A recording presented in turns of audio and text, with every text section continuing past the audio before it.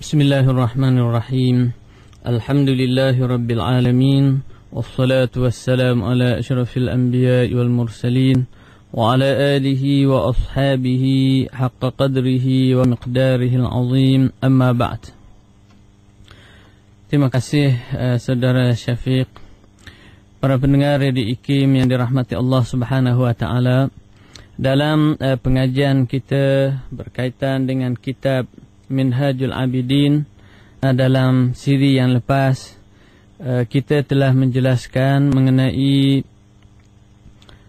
keperluan bagi setiap Muslim itu memiliki 3 ilmu yang berkaitan dengan agama supaya membolehkan mereka melakukan ibadat kepada Allah Subhanahu wa taala dengan sempurna.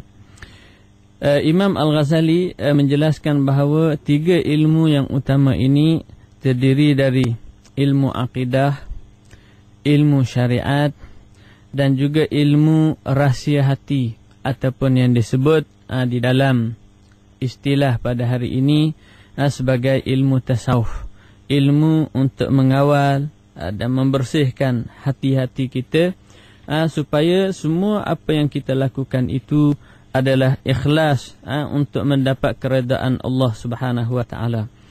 Dalam perbincangan kita yang lepas, para pendengar yang dirahmati Allah Subhanahu wa taala, Imam Al-Ghazali telah menjelaskan bahawa ilmu pertama yang perlu diketahui oleh setiap orang muslim, setiap orang mukmin dan mukminah, muslimin dan muslimah yang berkaitan dengan hal-hal agama adalah yang berkaitan dengan ilmu tauhid ataupun ilmu akidah yang menjadi asas kepada keimanan kita kepada Allah Subhanahu wa taala.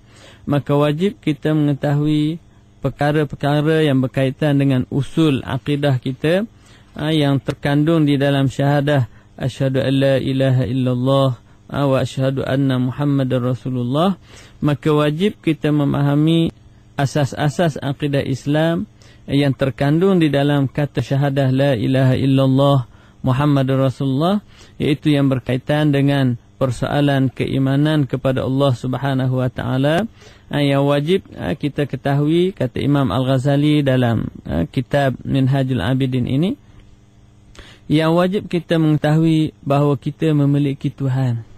Kita mempunyai Tuhan yang telah mencipta alam semesta ini, dan juga kita mempunyai Tuhan yang wajib dan perlu kita menyembah, Tuhan yang maha agung, yang maha sempurna ini. Maka kita wajib mengetahui yang berkaitan dengan akidah ini mengenai kewujudan Tuhan, mengetahui sifat-sifat Allah Subhanahu wa taala, dan juga mengetahui berkaitan dengan kenabian Nabi Muhammad sallallahu alaihi wasallam, sifat-sifat kesempurnaan Nabi sallallahu alaihi wasallam. Begitu juga dengan sifat-sifat yang harus bagi Nabi, kebenaran risalah Nabi kita Nabi Muhammad sallallahu alaihi wasallam. Begitu juga berkaitan dengan sifat-sifat Nabi dan sifat-sifat Tuhan yang wajib, yang mustahil dan yang harus bagi Nabi, yang harus bagi Allah Subhanahu wa taala. Begitu juga kita telah menjelaskan di dalam pengajian kita yang lepas bahawa Imam Al-Ghazali menghendaki dengan mengetahui ilmu akidah di sini, secara umumnya setiap orang Muslim itu dapat menghayati konsep rukun iman yang 6, iaitu memahami makna keimanan dan keyakinan kepada Allah Subhanahu wa taala dengan erti mengetahui dalil-dalil dan bukti kewujudan Allah Subhanahu wa taala, memahami dan meyakini kebenaran Nabi Muhammad sallallahu alaihi wasallam dan juga risalah yang dibawa oleh beliau, meyakini kitab-kitab yang diturunkan oleh Allah Subhanahu wa taala, secara khususnya kitab suci Al-Quran, sebagai panduan kepada orang-orang yang beriman di dalam kehidupan dunia ini dan untuk menjamin kebahagiaan di dalam kehidupan di akhirat kelak. Begitu juga meyakini dengan kewujudan para malaikat Allah Subhanahu wa taala yang telah diciptakan oleh Allah Subhanahu wa taala untuk mengabdikan diri kepada Allah Subhanahu wa taala, dan para malaikat ini juga berperanan di dalam kehidupan manusia yang di alam semesta ini, sama ada dengan menjaga manusia, mengawal manusia, mendoakan untuk manusia, memohon keampunan kepada mereka yang beriman kepada Allah Subhanahu wa taala, dan berzikir serta melakukan ibadat dan ketaatan kepada Allah Subhanahu wa taala. Begitu juga yakin dengan hari akhirat, bermula daripada kematian, kemudian alam barzakh, alam kubur, kemudian kebangkitan semula, kehidupan di padang mahsyar, syurga, neraka, dan itulah kesudahan kepada kehidupan manusia. Dan begitu juga perlu kepada kita memahami dan meyakini apa yang dipanggil sebagai keimanan kepada segala yang berlaku dalam alam ini adalah ketentuan dan takdir daripada Allah Subhanahu wa taala. Semua persoalan-persoalan ini wajib diketahui oleh setiap orang yang beriman, yang merupakan asas dalam agama yang perlu diketahui oleh setiap orang Islam, setiap orang yang beriman kepada Allah Subhanahu wa taala. Dan perincian mengenai persoalan-persoalan ini sebagaimana yang disebut oleh Imam Al-Ghazali dalam kitab Minhajul Abidin ini telah dihurai panjang lebar di dalam kitab-kitab akidah yang memang ditulis khusus untuk menghurai atau menjelaskan persoalan-persoalan yang berkaitan dengan akidah. Namun mencukupi bagi seorang Muslim mengetahui asas-asas utama yang merupakan fardu ain yang perlu diketahui oleh setiap orang bila disebut sebagai seorang yang beriman berkaitan dengan isu-isu ataupun persoalan-persoalan asas dalam akidah Islam yang boleh mengesahkan dirinya sebagai seorang yang beriman kepada Allah Subhanahu wa taala dan menjadikan ibadat yang dilakukan itu sah dan diterima oleh Allah Subhanahu wa taala kerana ia telah termasuk dari kalangan orang-orang yang telah beriman kepada Allah Subhanahu wa taala. Jadi Imam Al-Ghazali dalam kitab ini Minhajul Abidin menyebut katanya kesimpulan yang perlu kita ambil di dalam memahami akidah ini ialah wajib kita mengetahui perkara-perkara berkaitan akidah ini yang boleh menyelamatkan kita dari bahaya tergelincir kita dalam persoalan akidah, kerana ia boleh membawa kepada kita terkeluar daripada agama dengan sebab kejahilan dalam persoalan-persoalan akidah ini. Wabillahi taufiq. Seterusnya Imam Al-Ghazali menghuraikan kepada kita berkaitan dengan ilmu yang kedua yang perlu diketahui oleh setiap orang yang beriman kepada Allah Subhanahu wa taala dan untuk melakukan ibadat dan ketaatan kepada Allah.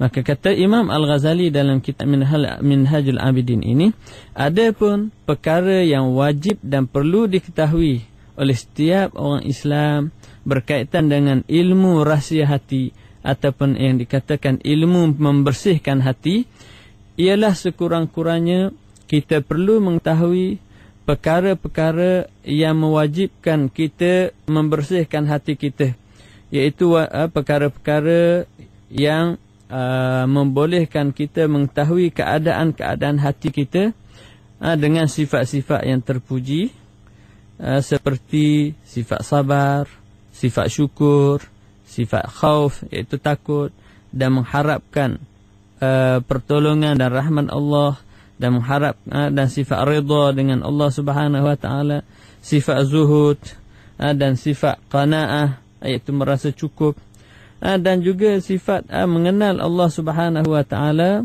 dalam semua perkara, dan secara lebih khusus lagi adalah sifat ikhlas yang ada di dalam hati kita. Ini di antara perkara-perkara yang perlu diketahui dan perlu dipelajari supaya seseorang mukmin itu dapat menjalankan ibadat dengan sempurna. Begitu juga Imam Al-Ghazali menjelaskan wajib bagi seseorang muslim itu juga ahli ibadat mengetahui rahsia ataupun ilmu yang berkaitan dengan rahsia hati ini yang boleh melarang kita ataupun mencegah kita dari terjerumus kepada perkara-perkara mungkar ataupun kemurkaan Allah Subhanahu wa taala, seperti kebimbangan terhadap kemiskinan, takut fakir, takut miskin, tanpa kita bergantung kepada Allah, kemudian memurkai terhadap takdir dan ketentuan Allah Subhanahu wa taala, ataupun ingin mencari ketinggian dan suka kepada pujian, begitu juga suka untuk berseronok dan bergembira sehingga lalai di dalam kehidupan. Ini termasuk di antara perkara-perkara yang disebut oleh Imam Al-Ghazali sebagai ilmu rahsia hati, yang wajib kita tahu supaya boleh kita mencapai upaya untuk mengagungkan Allah Subhanahu wa taala.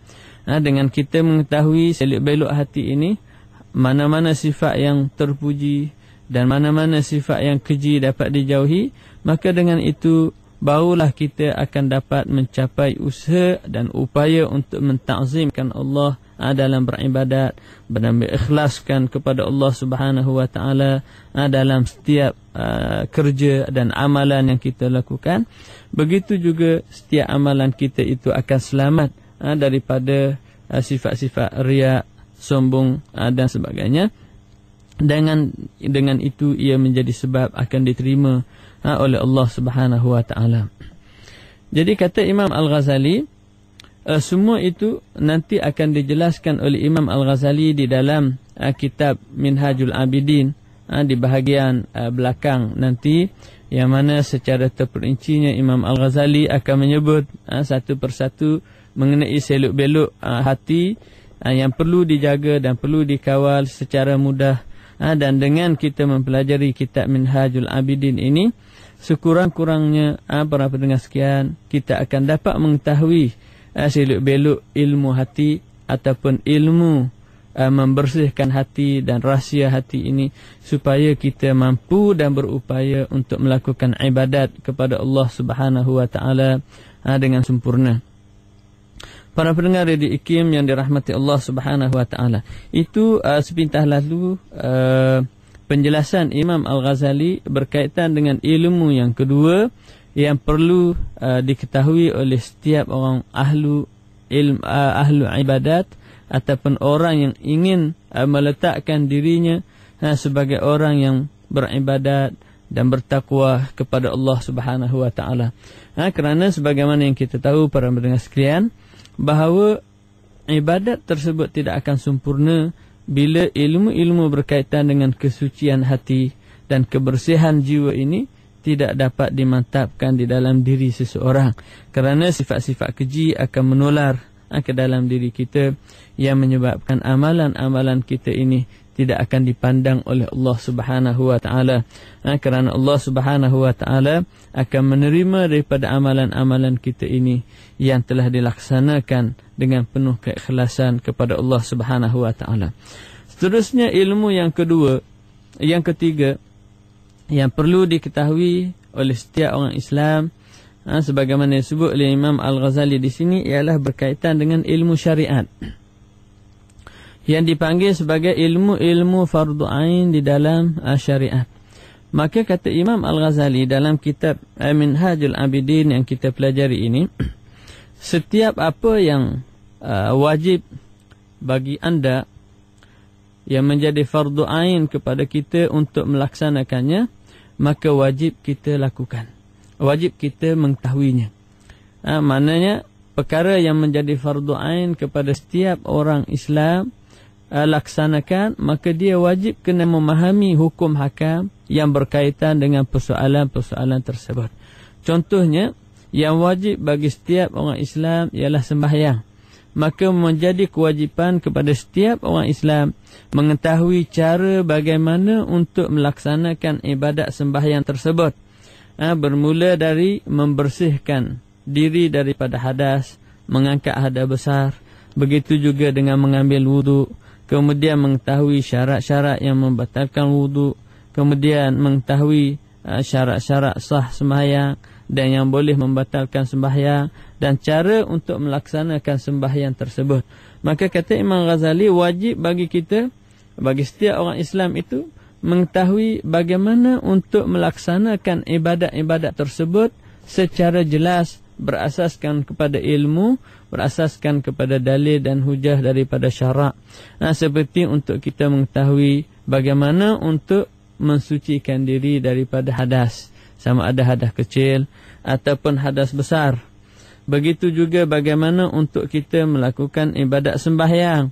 Kita perlu mengetahui bagaimana untuk melaksanakan ibadat tersebut, yang mana rukun dan yang mana sunat, dan apa yang boleh membatalkan, dan bila masuk waktu dan sebagainya yang berkaitan dengan ibadat sembahyang, supaya sembahyang tersebut ditunaikan dengan penuh tanggungjawab dan sempurna dan akan diterima oleh Allah Subhanahu wa taala. Begitu juga jikalau kita berada di dalam bulan Ramadan, maka wajib bagi kita melakukan ibadat puasa. Maka setiap orang Islam diwajibkan berpuasa di bulan Ramadan.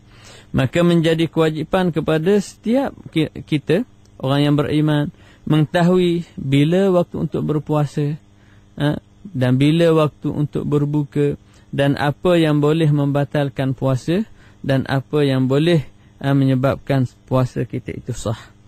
Begitu juga berkaitan dengan zakat. Jikalau kita terdiri daripada orang yang memiliki harta, maka wajib kita mempelajari berkaitan dengan zakat supaya kita boleh mengeluarkan zakat. Begitu juga jikalau kita terlibat dalam situasi yang memerlukan kita berjihad di jalan Allah Subhanahu wa taala, yang menjadi fardu ain kepada kita berjihad, maka wajib kita berjihad. Memahami hukum-hukum dan kaedah-kaedah untuk kita berjihad di jalan Allah Subhanahu wa taala. Yang dimaksudkan dengan jihad di sini, tuan-tuan, ialah berperang di jalan Allah Subhanahu wa taala untuk menegakkan kebenaran dan menegakkan agama Allah Subhanahu wa taala. Begitu juga yang disebut oleh para ulama, di antara jihad yang lebih besar lagi ialah jihad untuk melawan hawa nafsu kita. Ini juga adalah memerlukan kepada ilmu, bagaimana untuk mengawal nafsu kita, bagaimana untuk kita membersihkan diri kita. Kerana Imam Al-Ghazali telah menjelaskan di dalam pendahuluan kitab ini, bahawa di antara halangan yang menyekat kita daripada melakukan ibadat kepada Allah Subhanahu wa taala ialah kerana kita ini terpedaya dengan runtunan-runtunan hawa nafsu kita. Maka menjadi kewajipan kepada kita untuk mengetahui selok-belok mentarbiah dan mendidik nafsu kita, supaya kita dapat mengawal nafsu. Dan orang yang mampu mengawal nafsunya ini, maka nafsunya akan tunduk kepada tuannya, dan pada masa itu ia mampu melakukan ibadat dan ketaatan kepada Allah Subhanahu wa taala. Jadi selepas Imam Al-Ghazali menjelaskan secara ringkas 3 ilmu yang menjadi kewajipan kepada setiap orang Islam ini mempelajarinya, kata dia, maka adalah menjadi kewajipan secara fardu ain ke atas setiap orang Islam mempelajari ilmu-ilmu tersebut untuk membolehkan beliau melaksanakan tanggungjawab sebagai seorang yang boleh beribadat kepada Allah Subhanahu wa taala. Dan wajib kita mempelajari, dan tidak mungkin sama sekali seorang Islam meninggalkan perkara-perkara yang berkaitan dengan ilmu-ilmu ini, kerana kecuaian dalam mempelajari ketiga-tiga ilmu ini boleh menyebabkan kita akan kepincangan di dalam menyempurnakan tuntutan agama, khususnya untuk beribadat kepada Allah Subhanahu wa taala. Kerana kepincangan di dalam ilmu tauhid akan menyebabkan kita akan terjerumus kepada perkara-perkara yang boleh menyebabkan kita syirik kepada Allah Subhanahu wa taala, boleh menyebabkan kita tersesat daripada jalan kebenaran, boleh menyebabkan kita melakukan perkara-perkara yang menyebabkan seluruh amalan kita ini tidak diterima oleh Allah Subhanahu wa taala. Kemudian Imam Al-Ghazali menyebut juga, jikalau dikatakan 3 ilmu ini adalah merupakan ilmu yang utama di dalam Islam, akidah, syariat dan juga tasawuf ataupun ilmu pembersihan hati ini. Mungkin di sini kita menimbulkan persoalan, apakah wajib kita mengetahui semua ilmu-ilmu ini sama secara mendalam, selok-beloknya, pecahan-pecahannya, ataupun hanya perlu kita mengetahui asas-asas yang boleh mengesahkan kita di dalam melakukan ibadat kepada Allah. Persoalan ini dijawab oleh Imam Al-Ghazali dalam kitab Minhajul Abidin. Ini kata dia, yang menjadi kewajipan kepada kita adalah mengetahui asas-asas dalam ilmu ini sahaja, iaitu asas dalam ilmu akidah yang berupa konsep-konsep rukun iman yang kita sebut di awal halaqah tadi.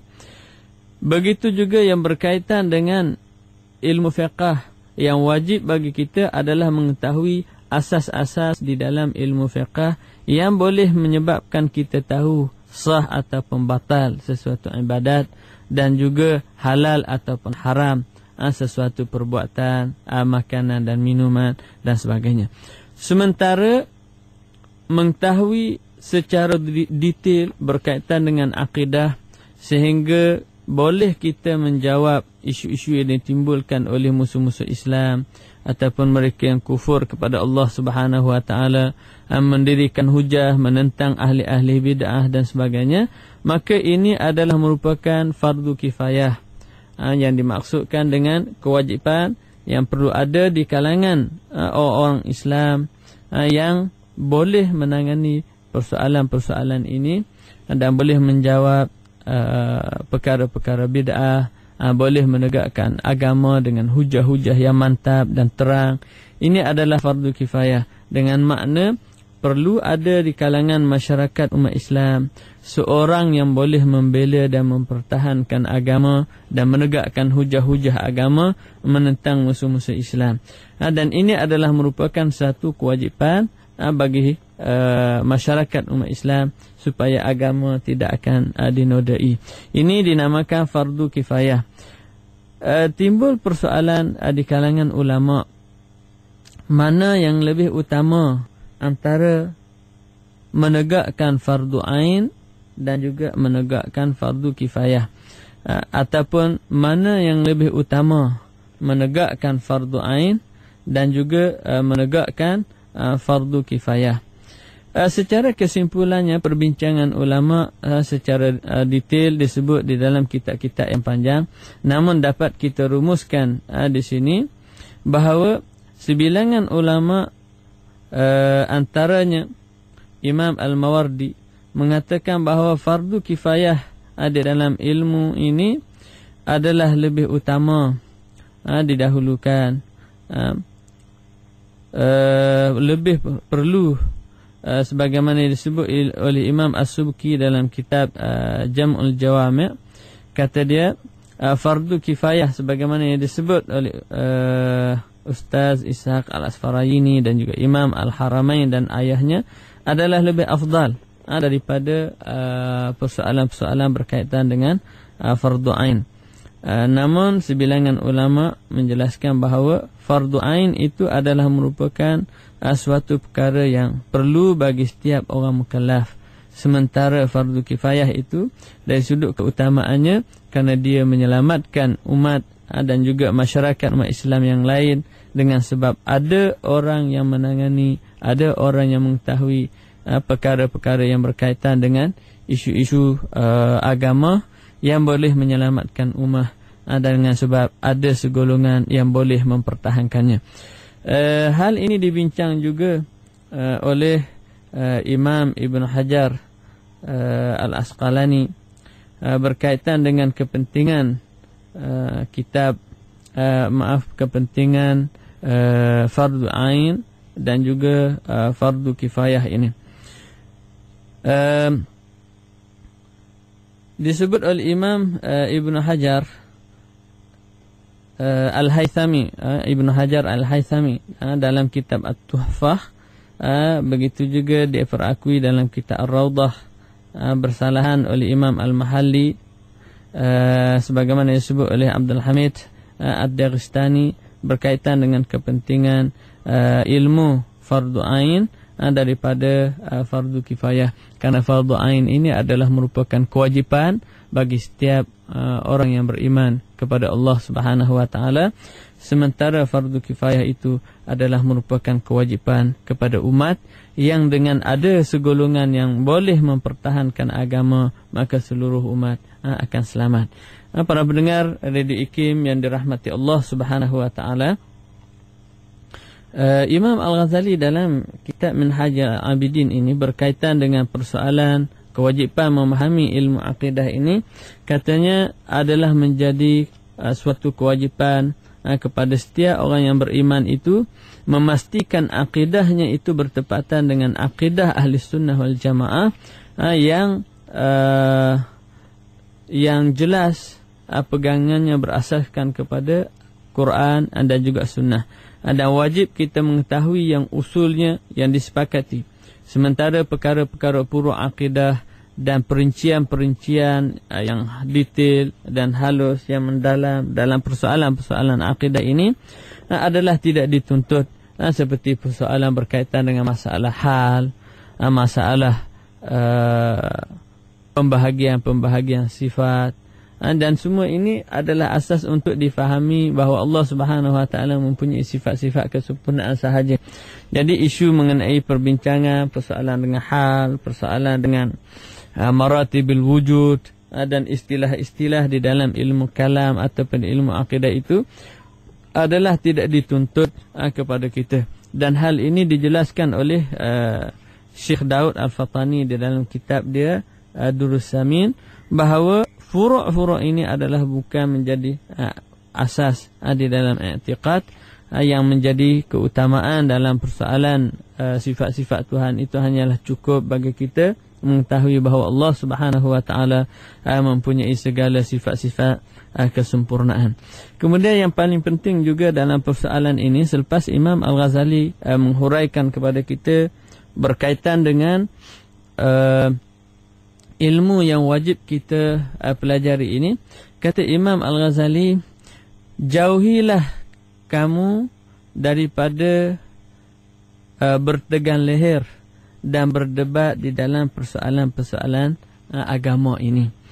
Jadi ini perlu diambil perhatian, kerana kita tahu bahawa sifat bertegang leher, suka berdebat dalam persoalan-persoalan agama ini, yang dimaksudkan dengan berdebat ini, berdebat bukan untuk mencari kebenaran ataupun berdebat untuk menyelidik dan mengkaji.